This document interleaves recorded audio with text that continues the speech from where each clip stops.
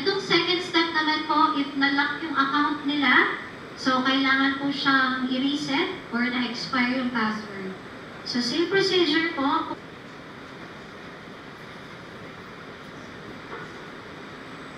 Ayan. So, go back to the website po. Member ulit. Next.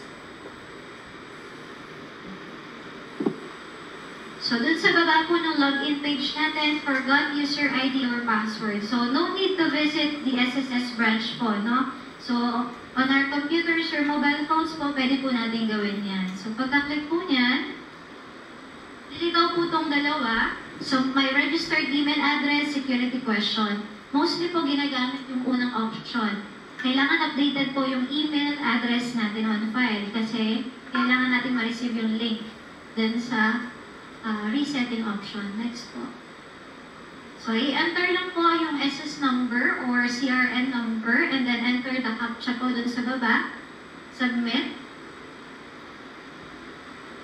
So, ayan. Magkaka-idea naman po kayo kung ano yung email address on file kasi nilitaw yung first 2 characters and end character ng email.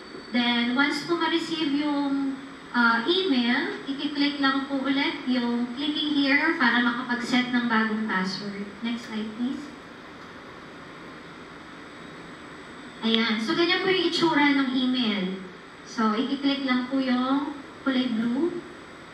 Then, proceed na po dun sa setting up a new password. So, may guide naman po sa taas. At least 8 alphanumeric character, at least 1 numeric and 1 uppercase and 1 lowercase. Must not contain special characters.